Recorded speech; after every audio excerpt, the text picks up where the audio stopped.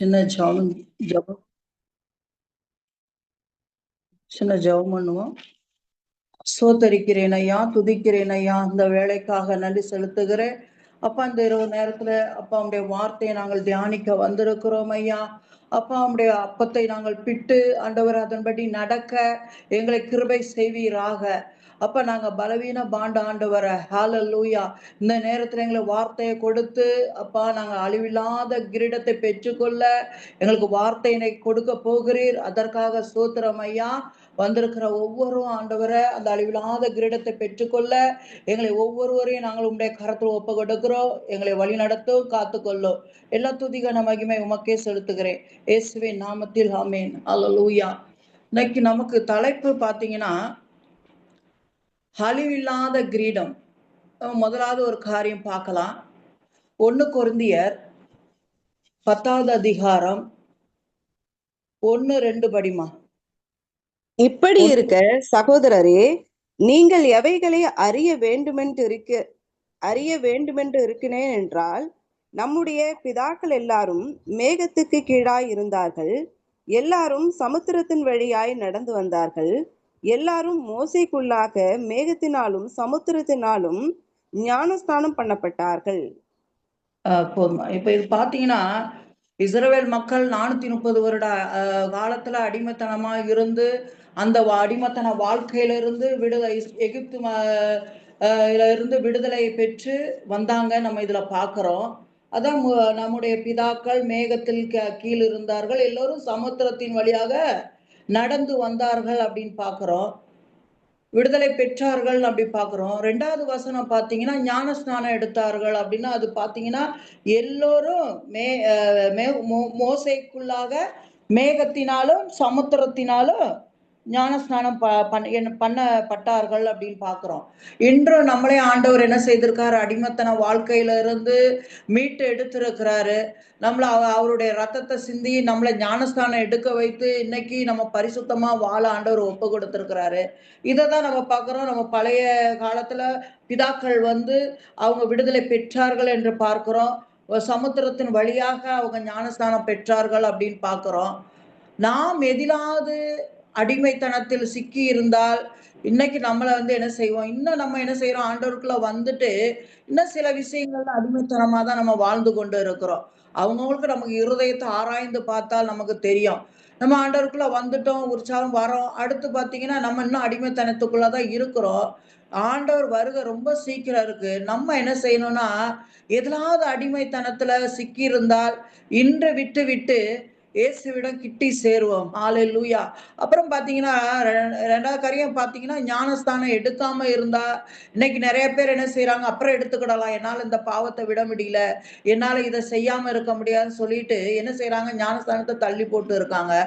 ஆண்டவர்கிட்ட கிட்டி சேர்ந்து இன்று நம்மளை பரிசுத்தமாக்கி யாராவது இதுல ஞானஸ்தானம் எடுக்காம இருந்தா இன்றே மனம் திரும்பி நம்மளை ஞானஸ்தானம் எடுக்க ஒப்பு கொடுக்கிறவர்களா இருப்போம். ஏன்னா ஒருத்தர் ஜலத்தினாலும் ஆவினாலும் பிரபாவிட்டால் தேவனுடைய ராஜ்யத்தில் பிரவேசிக்க முடியாது ஆண்டவர் எழுதி வைத்திருக்கிறாரு. ஏசப்பாவே அந்த இடத்துல ஒரு இடத்துல சொல்லியிருக்காரு.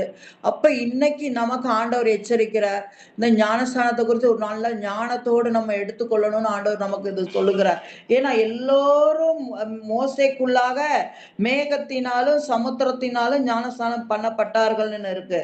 அப்ப இன்னைக்கு நம்ம மோசே அன்னைக்கு ஜனங்களை வழி நடத்தின தேவன் நமக்கும் ஒரு ஆவிக்குரிய தகப்பனாய் நமக்கு வைத்திருக்கிறாங்க.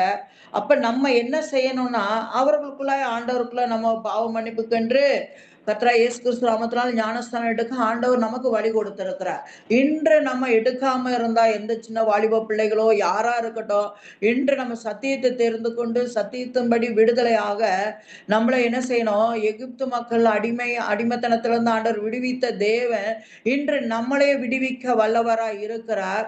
அப்ப எடுக்காதவங்க இன்னைக்கு ஆண்டவர்கிட்ட நம்ம கிட்ட ஏதாவது ஒரு பாவம் எல்லாவற்றையும் ஆண்டவர்கிட்ட ஒப்பு கொடுத்துட்டு நம்ம ஞானஸ்தானம் எடுக்க வேண்டுமாய் நமக்கு ஆண்டவர் இந்த 2 வசனத்துல நமக்கு கற்றுக் கொடுக்கிறார். திருப்பி நம்ம பாத்தீங்கன்னா 2வது காரியம் பாத்தீங்கன்னா 3வது வசனம் படிமா. அதுல 10வது எல்லாரும் ஒரே ஞான போஜனத்தை புசித்தார்கள். பாருங்க, அங்க இருந்து ஆண்டவர் விடுதலை பண்ண உடனே அங்கிருந்து எகிப்துல இருந்து வந்தவொடனே என்ன செய்யறாங்க, ஆண்டவருடைய வார்த்தைக்கு கீழ்ப்படிஞ்சு நடக்கணும்னு ஆண்டவர் போஜனத்தை கொடுத்திருக்கிறாரு. நீங்க பாத்தீங்கன்னா இதுல போஜனம் என்றதுன்னா ஏசப்பாவுடைய வார்த்தையை நம்ம குறிக்கிறது. இஸ்ரவேல் மக்கள் கர்த்தருடைய வார்த்தைக்கு என்ன செய்யல, அவங்க கீழ்ப்படியல. எகிப்துல இருந்து விடுதலை பெற்று செங்கடலை கடந்த உடனே என்ன செஞ்சுட்டாங்க, செங்கடல்ல இருந்து ஆண்டவர் பார்வோன் அவங்க வீட்டுல இருந்தெல்லாம் தப்பித்து வெளியே அவங்க செங்கடலை கடந்து வெளியே வந்த உடனே ஆண்டவர் என்ன செய்யறாங்க, புகழ்ந்து பாடுகிறாங்க. பிறகு என்ன செய்யறாங்க, வனாந்தரத்துல அவங்களுக்கு என்ன செய்யுது, அவங்க வார்த்தைக்கு கீழ்ப்படியாம அவர் அவ்வளோ அற்புதத்தை செய்து கண்கள் பார்த்த கண்கள் தான், வனாந்தரத்திலிருந்து அவங்க வந்தவங்க தான், செங்கடலை கடந்து வந்தவங்க திரும்பி என்ன செய்யறாங்க, ஆண்டவரை புகழ்ந்து பாடின அந்த வாயாலே என்ன செய்யறாங்க, ஆண்டவருடைய வார்த்தைக்கு கீழ்ப்படியாம உலகத்தில அழிந்து போற அந்த போஜனத்துக்கும் தண்ணிக்கும் தான் என்ன செய்யறாங்க, முறுமுறுத்தார்கள் அப்படின்னு நம்ம பார்க்கிறோம். அப்ப நாமும் என்ன செய்யக்கூடாது, கர்த்தரிடத்துல முதல்ல வரும்பொழுது உற்சாகமாய் ஆண்டவருடைய வார்த்தைக்கு கீழ்ப்படிந்து விசுவாசம் அப்படி நம்ம ஆண்டவர்கிட்ட வைக்கிறோம். அடுத்து கொஞ்ச நாள் ஆன உடனே என்ன செய்யறோம், இது இஸ்ரவேல் மக்களை போல நம்ம என்ன செய்யறோம், முறுமுறுக்கிறோம். சில விஷயங்கள் பிள்ளைகளுக்கு திருமணம் ஆகலையா, இல்ல எனக்கு வேலை கிடைக்கலையா, இல்ல ஏதாவது வீடு கட்டுற காரியங்கள் இருக்கா, இல்ல ஏதாவது எந்த ஒரு காரியமா இருக்கட்டும், பிள்ளைகள் இல்லாம இருக்கலாம், இல்ல பிள்ளைகள் சொல் கேட்காம இருக்கலாம். எல்லா காரியத்துக்கும் இஸ்ரவேல் மக்கள் போல நம்மளை காப்பாத்தி கொண்டு வந்தாரு, இவ்வளோ அருமையா நடத்தினாரு, எதிரிகளை அந்த சமுத்திரத்துல மூழ்கடித்தாரு. இதெல்லாம் பார்த்த ஜனங்க லாஸ்ட்ல அந்த முறுமுறுப்பு என்னது, உலகத்துல அழிந்து போற அந்த போஜனத்துக்கும் அதுக்குதான் அவங்க கவலைப்பட்டாங்க தவிர ஆண்டவருடைய வார்த்தைக்கு அவங்க கீழ்ப்படியல. இன்னைக்கு நம்மளும் ஆண்டவருக்குள்ள வந்து உற்சாகமா இருக்கிறோம். இப்பயே இந்த இஸ்ரவேல் மக்கள் முறுமுறுக்கிறது போலதான், எனக்கு இந்த காரியம் நடக்கலையே, நான் இந்த இவ்வளவு நாள் இது ஜெபிக்கிறேனே, இது நடக்கலையே, எனக்கு இதுல நம்ம அவங்கள போலதான் நம்மளும் முறுமுறுக்கிறோம். நம்ம படிக்கிறோம், இஸ்ரவேல் மக்கள் இவ்வளவு அற்புதம் செஞ்சு பாரு, ஆண்டவரை விசுவாசிக்காம இருக்குதுங்க நம்ம நினைக்கிறோம். ஆனா நம்ம எப்படி இருக்கிறோம் இப்ப இருக்கிற காலத்துல, ஆண்டவரை இன்னும் முறுமுறுத்துக்கிட்டு தான் இருக்கிறோம். நம்ம அந்த முறுமுறுக்காதபடிக்கு ஆண்டவர்கிட்ட இன்னைக்கு நம்மளை ஒப்பு கொடுக்கிறவர்களா இருப்போம். ஆமென். அப்ப ஆண்டவர் நம்மளை குறிச்சு ஆண்டவர் நம்மை எதற்காக முன்குறித்தாரோ அதன்படி நடக்காதபடிக்கு இஸ்ரவேல் மக்களை ஆண்டவர் அவருடைய பிள்ளையாய் தேர்ந்தெடுத்துதான் நல்லா பாலும் தேனும் ஓடுற தேசத்துக்கு அவங்கள கொண்டு போய் சேர்க்கணும்னு எப்படி ஆபிரகாமுக்கு கொடுத்த வாக்குத்தத்தத்தை நிறைவேற்றதான் அவங்களை அவ்வளோ அழகா கொண்டு வந்தாரு. இன்னைக்கு நம்மளே என்ன செய்யறாரு, அழிவில்லாத ஜீவ கிரீடத்தை பெற்றுக்கொள்ள நம்ம பாவத்துக்கு மரித்து போயிருக்க அவர் தன்னையே பலியாக்கி நம்மளை மீட்டு எடுத்திருக்கிறாரு. ஆனாலும் நம்மளை அழைத்த நோக்கத்தை விட்டுட்டு நம்ம என்ன செய்யறோம், உலகத்தார் போலதான் இன்னும் நம்ம கவலைப்பட்டு முறுமுறுக்கிறோம். இஸ்ரவேல் மக்களை போலதான் நம்மளும் இருக்கிறோம். நம்ம அப்படி இல்லாதபடிக்கு நம்ம எதற்காக முன்குறித்தாரோ அதன்படி நம்ம நடக்கிறவர்களாய் இருப்போம். இயேசு நமக்கு முன் உதாரணமாக வாழ்ந்து காட்டி போயிருக்கிறார். அதை நம்ம பார்க்கலாமே. யோவான் 4ஆம் அதிகாரம், யோவான் 4ஆம் அதிகாரம் 34வது வசனம் படிமா. இயேசு அவர்களை நோக்கி, நான் என்னை அனுப்பினவருடைய சித்தத்தின்படி செய்து அவருடைய கிரியை முடிப்பதே என்னுடைய போஜனமாய் இருக்கிறது. இதுல பாத்தீங்கன்னா சமாரியா ஸ்திரிய அவர் பாக்குறாரு. இவங்க எல்லாம் பாத்தீங்கன்னா 7வது வசனம் பாத்தீங்கன்னா அவங்க சீஷருங்கெல்லாம் என்ன செய்யறாங்கன்னா போஜன பதார்த்தங்களை கொள்ளும்படி ஊருக்குள்ளே போயிருந்தார்கள் பாக்குறோம். இப்ப இவரு சமாரியா ஸ்திரிகிட்ட பேசுறாரு, அவளோட பேசுறாரு. அதுக்கு பிறகுதான் நீங்க இங்க பாத்தீங்கன்னா அவங்க வாங்கிட்டு வராங்க, என்னது அந்த போஜன பதார்த்தத்தை வாங்கிக்கிட்டு வராங்க நம்ம பார்க்கிறோம். பார்க்கும் பொழுதுதான் இந்த இடத்துல பாக்குறீங்க 32வது வசனம் படிமா. அதுல அதற்கு அவர், நான் புசிப்பதற்கு நீங்கள் அறியாத ஒரு போஜனம் எனக்கு உண்டு என்றார். அப்பொழுதுதான் இந்த 34வது வசனம் பாத்தீங்கன்னா, இயேசு அவர்களை நோக்கி, நான் என்னை அனுப்பினவருடைய சித்தத்தின்படி செய்து. அப்ப இன்னைக்கு நம்மள ஆண்டவர் தாயின் கருவுல இருந்து நம்ம பாட்டெல்லாம் படிக்கிறோம், தாயின் கருவுல நம்ம உண்டாக்குனவர்னு. ஆனா நம்மள உண்டாக்கின பாருங்க, அது இயேசு அவர் முன் உதாரணமா, அவர் தெய்வம் தான், அவர் நமக்கு முன் உதாரணமா வாழ்ந்து காட்டிட்டு போயிருக்காரு. அததான் நான் என்னை அனுப்பினவருடைய சித்தத்தின்படி செய்து அவருடைய கிரியை முடிப்பதே என்னுடைய போஜனமாய் இருக்கிறது. அவங்க அவங்க என்னன்னா உலக போஜனத்துக்கு தான் அவங்க என்ன செஞ்சாங்க, முறுமுறுத்துக்கிட்டு இருந்தாங்க. இதுல பாருங்க ஏசப்பா என்ன சொல்றாருன்னா, அவருடைய கிரியைகள் முடிப்பதே என்னுடைய போஜனம். அப்ப நம்மள ஆண்டவர் எதற்காக தாயின் கருவுல தெரிந்து கொண்டார்? இன்னைக்கு நம்ம எல்லாவற்றுக்கும் தான் முறுமுறுக்கிறோம். இன்னைக்கு எனக்கு இது இல்ல, வீட்ல இது இல்ல, எனக்கு வருமானம் கம்மியா இருக்கு, எனக்கு இந்த பிரச்சனை இருக்குது, என் பிள்ளைகளுக்கு திருமணமா இதே எல்லா காரியத்த குடுக்க நெனைக்கிறோம். ஆனா ஆண்டவர் முன்குறித்தாரே, அவர் செய்யாம இருப்பாரா? அப்ப நமக்குள்ள என்னது விசுவாசம் கிடையாது. இததான் பார்த்தீங்கன்னா, ஆண்டவர் என்ன சொல்றாரு, என்னை அனுப்பினவருடைய அனுப்பினவருடைய சித்தத்தின்படி செய்து அவருடைய கிரியை முடிப்பதே என்னுடைய போஜனமா இருக்கிறது. அப்ப நாமும் நம்மள உண்டாக்கி, நம்மள தெரிந்தெடுத்து பாவிகளாய் இருக்க, அவருடைய ரத்தத்த சிந்தி நம்மள இன்னைக்கு அப்பா, பிதாவே என்று அழைக்க புத்திர சுவிகாரத்த கொடுத்திருக்கிறாரே, அப்ப நம்ம அழைத்த நோக்கத்தை விட்டு திரும்பி நோக்கி வெளிய உலகத்தை நோக்கி பார்க்காதபடிக்கு அழைத்த நோக்கத்தை நம்ம நிறைவேற்றுகிறவர்களா இருப்போம். ஏசப்பா அந்த இடத்துல அததானே சொல்றாரு. அவருடைய கிரியை முடிப்பதே என்னுடைய போஜனமா இருக்குது. இன்னைக்கு நம்மள வைத்து என்ன ஆண்டவர் செய்றாரோ, அந்த வார்த்தை போஜனம்னா அந்த வார்த்தை. அந்த வார்த்தை பிடித்துக்கொண்டு என்ன கொண்டு ஆண்டவர் என்ன சித்த வைத்திருக்கிறார். மத்தவங்கள பார்க்கக்கூடாது. என்ன கொண்டு என்ன சித்த வைத்திருக்கிறார். 2 தாலந்து கொடுக்கலாம், 5 தாலந்து கொடுக்கலாம். ஆண்டவருடைய சித்தத்தின்படி அவர் கொடுப்பார். நம்ம அதன் சித்தத்தின்படி நடக்கிறவர்களா இருப்போம். நம்மள உலகத்தார் அல்ல நம்மள வேறு பிரித்து இருக்கிறார்.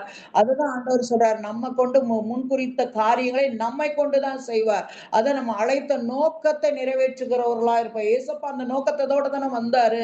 அப்ப நம்ம அவருடைய நோக்கத்தை விட்டுட்டு, நம்ம உலகத்தார் போல தான் நம்ம கவலைப்பட்டு கொண்டு இருக்கிறோம்.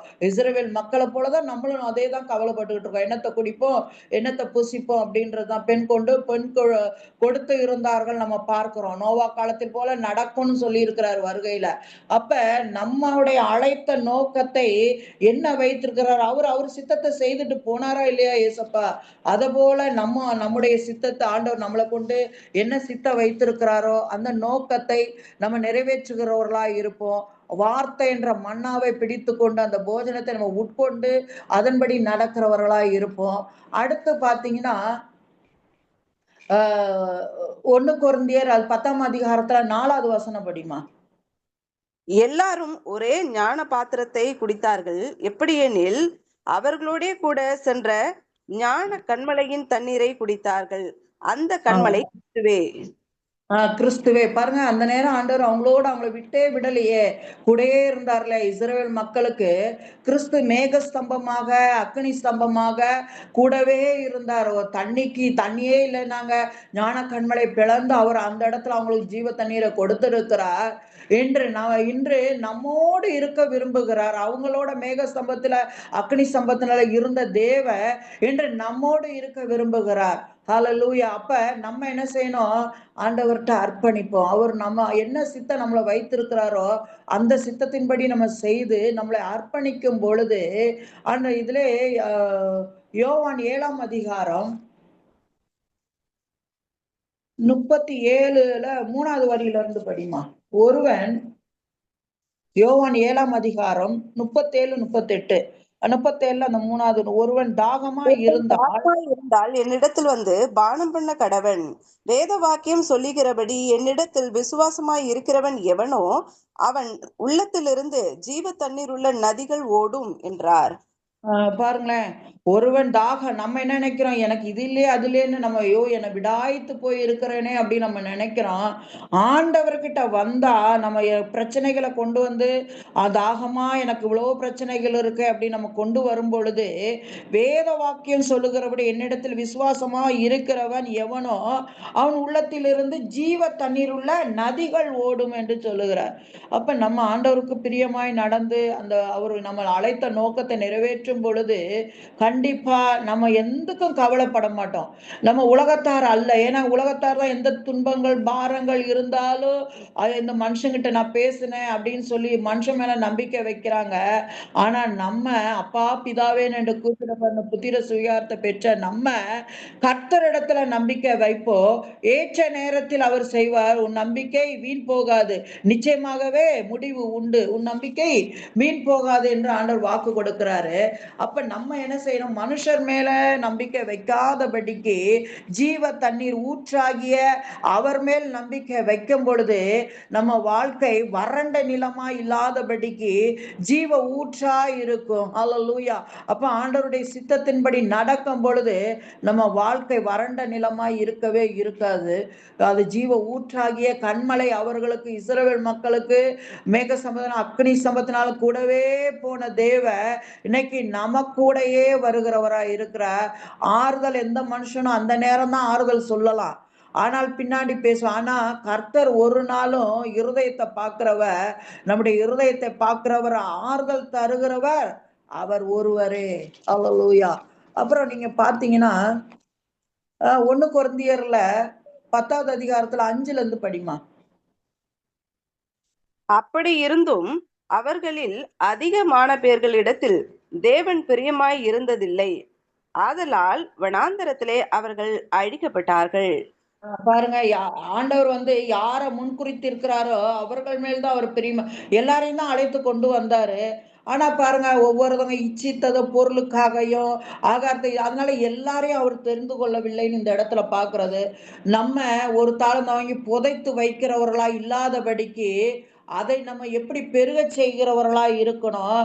இஸ்ரவேல் மக்கள் மேல ஆண்டவர் பிரியம் இல்லாத மாதிரி இருந்தது போல நம்மளும் ஆண்டவர் நம்ம மேல பிரியம் இல்லாதபடிக்கு இருக்காதபடிக்கு ஜாக்கிரதை உள்ளவர்களா இருப்போம்.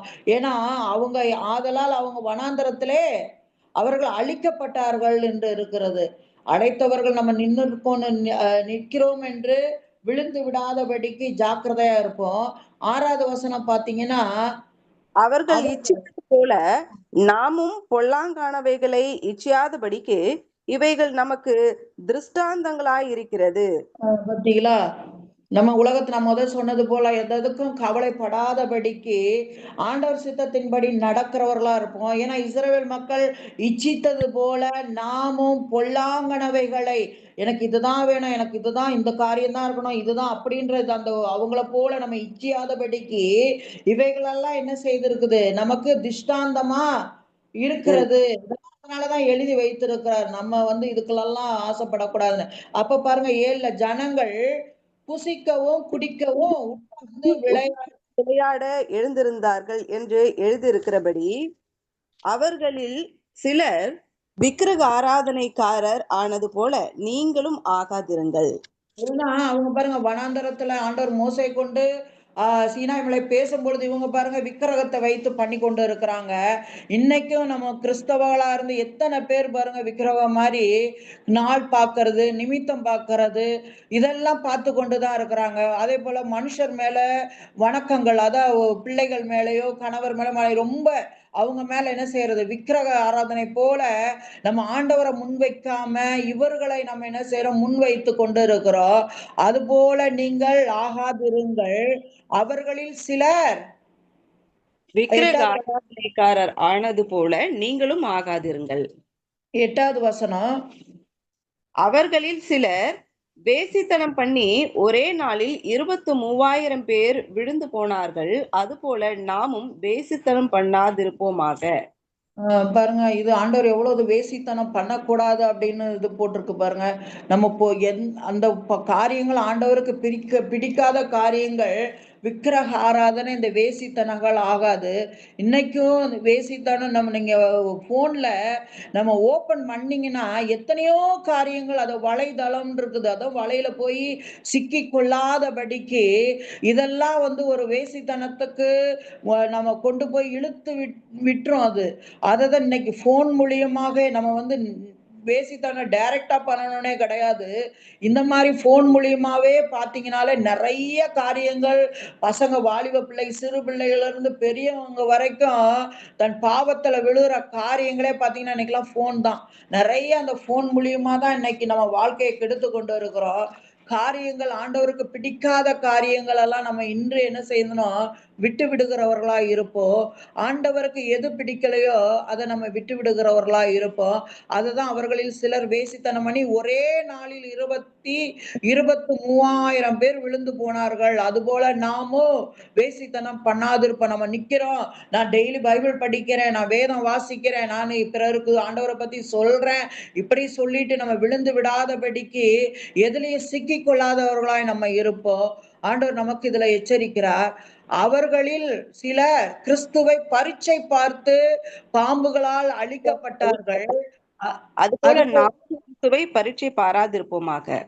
பரீட்சை பாராதாம இருப்போமாமா இருப்பாது பரீட்சை பாராதிருப்போமாக அப்படின்னு பார்த்துருக்கு பாருங்க. நம்ம ஏசப்பாவ அப்பா அவரை அவருக்கு என்ன தெரிய போகுது, நம்ம எல்லாம் இந்த பாவத்துல சின்னதானே மன்னிச்சிருவாரு அப்படின்னு நினைக்கிறோம். ஆண்டவருடைய பிள்ளைகள் எந்த இடத்துல ஒரு பொய் கூட சொல்லக்கூடாது, என் பிள்ளைங்க இச்சிக்க கூடாதுன்னு ஆண்டவர் ஏன்னா அவர் பரிசுத்தரா இருக்கிறார். நம்ம ஏதாவது ஒரு காரியங்கள் இன்னைக்கு நம்ம ஏதாவது விலகி இருந்தா என்று ஆண்டவர்கிட்ட ஒப்பு கொடுப்போம். ஏன்னா ஆண்டவர் அந்த பரீட்சை பார்த்து இருந்ததுனாலதான் அவங்க அழிந்து போனார்கள்.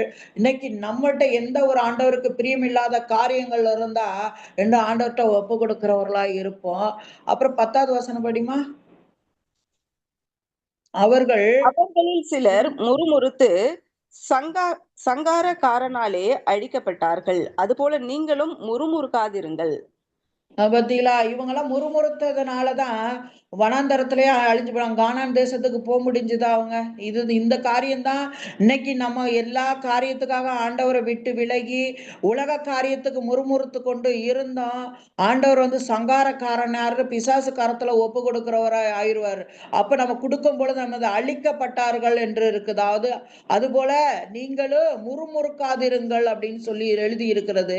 இன்னைக்கு பிசாசின் கரத்துல போகாதபடிக்கு ஏதாவது அவன் வலையை நமக்குள்ள வச்சிருக்கிறானா அதை தூக்கி இன்னைக்கு போட்டுட்டு ஆண்டவர் சமூகத்தை பாதத்தை பிடிக்கிறவர்களாய் மாறுவோம். பிசாசு சங்கார தூதனை அழிக்கிறதுக்கு நம்மளை ஒப்பு கொடுக்காதபடிக்கு ஜாக்கிரதை உள்ளவர்களா இருப்போம். 11வது வசனம் படிமா. இவைகள் எல்லாம் திருஷ்டாந்தங்களாக அவர்களுக்கு சம்பவித்தது. உலகத்தில் முன்பு காலத்தில் உள்ள நமக்கு எச்சரிப்பு உண்டாக்கும்படி எழுதப்பட்டும் இருக்கிறது. பாத்தீங்களா, இது நமக்காக அந்த முடிவு காலத்தில் உள்ள நமக்கு எச்சரிக்கை உண்டாகும்படி எழுதப்பட்டு இருக்கிறது. இன்னைக்கு நமக்கு ஆண்டவர் இதை தெளிவுபடுத்துகிறார். இவ்வளவு நாள் நம்ம என்ன நடந்தாலும் சரி, அந்த அழிவில்லாத அந்த கிரீடத்தை பெற்றுக்கொள்ள நம்ம கிட்ட என்னென்ன காரியங்கள் இருக்கோ எல்லாவற்றையும் விட்டு விடுவோம்.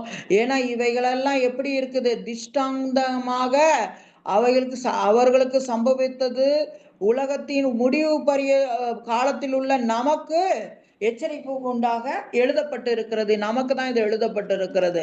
இப்படி இருக்க தன்னை நிற்கிறவன் என்று எண்ணுகிறவன் விழாதபடிக்கு என்ன செய்வான், எச்சரிக்கையா இருக்க கடவன் அப்படின்னு சொல்லியிருக்கு. நான் நிக்கிறேன், நான் படிக்கிறேன், நான் பைபிள் படிக்கிறேன், நான் ஆண்டவர்கிட்ட வாழ்றேன், நம்ம நெஞ்ச தட்டி பேசவே முடியாது. நம்ம எல்லாரும் ஒரு இதுல பலவீனம் இருக்கதான் செய்வோம். ஆண்டவர் தான் உண்மையில ஒரு எல்லா பலவீனம் தான். நான் கரெக்டா இருக்கேன்னு எதுலயும் சொல்ல முடியாது. அதனால நம்ம பிசாசுக்கு இடம் கொடுக்காதபடிக்கு எதிர்த்து நிக்கிறவர்களா இருப்போம். நம்ம நிற்கிறோம் என்று நம்ம பெருமை பாராட்டாதபடிக்கு விழாதபடிக்கு எச்சரிக்கையா இருக்க கடவன். மனுஷருக்கு நேரிடுகிற சோதனையே அல்லாமல் வேற சோதனை உங்களுக்கு நேரிடவில்லை என்று சொல்லுகிறார்.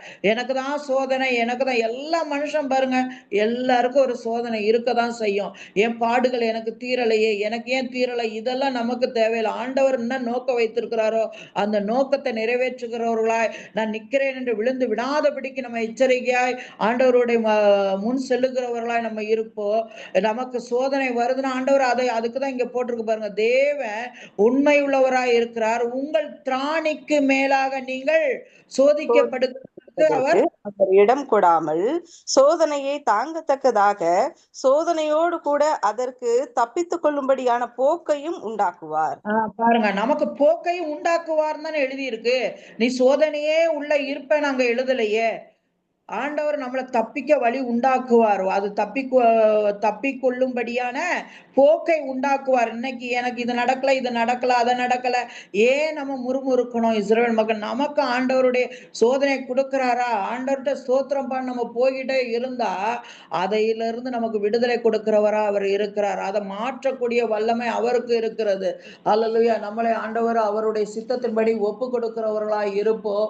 இஸ்ரவேல் மக்கள் போல நம்ம நடக்காதபடி ஜாக்கிரதை உள்ளவர்களாய் இருப்போம். நம்ம பாத்தீங்கன்னா 1 கொரிந்தியர் 9வது அதிகாரம் 24, 25 படிமா. பந்தய சாலையில் ஓடுகிறவர்கள் எல்லாரும் ஓடுவார்கள், ஆகிலும் ஒருவனே பந்தயத்தை பெறுவான் என்று அறியீர்களா? நீங்கள் பெற்றுக்கொள்ளத்தக்கதாக ஓடுங்கள். பந்தய சாலையில ஓடுகிறவர் எல்லோரும் ஓடுவாங்க. எல்லாரும் ஒரு பந்தயம் வச்சா ஓடுவாங்க. ஆகிலும் ஒருவனே பந்தயத்தை பெறுவான் என்று அறியீர்களா? நீங்கள் பெற்றுக்கொள்ளத்தக்கதாக ஆண்டவர் நமக்கு அழைத்த நோக்கத்தை, நம்மளை கொண்டு என்ன செய்ய காரியங்கள் வைத்திருக்கிறாரோ அதை நம்ம பெற்றுக்கொள்ள ஓடுகிறவர்களாய் இருப்போம். பந்தயத்திற்கு போராடுகிற யாவரும் எல்லாவற்றிலேயும் இச்சை அடக்கமாய் இருப்பார்கள். அவர்கள் அழிவுள்ள கிரீடத்தை பெறும்படிக்கு அப்படி செய்கிறார்கள், நாமோ அழிவில்லாத கிரீடத்தை பெறும்படிக்கு அப்படி செய்கிறோம். பாத்தீங்களா? பந்தயத்துக்கு ஓடுறவங்களே உலகத்தாரு ஏதாவது ஒரு விளையாட்டு போட்டியில பங்கெடுத்தாங்கன்னா அவங்களுடைய நோக்கம் என்ன இருக்கும் தெரியுமா? நம்ம ஜெயிக்கணும், எப்படியாவது வின் பண்ணணும், அந்த கப்பை வாங்கணும் அப்படிங்கிற அந்த நோக்கத்துல தான் ஓடுவாங்க உலகத்தாரு. அவங்களே பாருங்களேன், எந்த ஒரு மைண்ட்ல இச்சை அடக்கமா இருப்பார்கள், அதுல எல்லாவற்றிலையும் இச்சை அடக்கமா இருப்பார்கள்னு எழுதி இருக்கிறது. அவங்க மைண்ட்ல என்ன இருக்காது? வேற எதுவுமே இருக்காது. நான் ஜெயிக்கணும், கப்பு வாங்கணும், அப்படிதான் அவங்க இருப்பாங்க. அவங்க என்ன செய்யறாங்களாம்? அழிவுள்ள கிரீடத்தை பெறும்படிக்கு அப்படி செய்கிறார்கள். நாமோ என்ன செய்யணுமா? அழிவில்லாத கிரீடத்தை பெறும்படி அப்படி செய்கிறோம். ஆமே. நமக்கு அழிவில்லாத கிரீடம் ஏசப்பா வருகையில நமக்கு கொடுக்க அவர் வல்லவராய் இருக்கிறார். ஆண்டவர் வருகையில நம்ம அழிவில்லாத கிரீடத்தை பெற்றுக்கொள்வோம். ஆமென். அல்லேலூயா. கர்த்தர் விருப்பப்படி நம்ம நடப்போம். 3 காரியங்கள் நம்ம பார்த்தோம். அடிமைத்தனத்திலிருந்து விடுதலை பெற்று, நம் பாவத்துல எந்த இருந்தா தனத்திலிருந்து விடுதலை பெற்று ஞானஸ்நானம் பெற்றுக்கொள்ள வேண்டும் என்று பார்த்தோம். 2வது போஜனமான அந்த வார்த்தையை, கர்த்தருடைய வார்த்தை பிடித்து கொண்டு ஜீவ தண்ணீர் ஊற்றின் வழியாக நம்ம நடப்போம்னு பார்த்தோம். 3வது பார்க்கிறோம், அழிவில்லாத கிரீடத்தை பெற்றுக்கொள்ள இன்னும் நம்ம ஆயத்தமாவோம், பிறரை ஆயத்தப்படுத்துவோம். ஆமென். ஹல்லேலூயா. ஆண்டவர் இந்த வார்த்தை கொடுத்ததுக்காக நன்றி செலுத்துகிறேன். ஆமென்.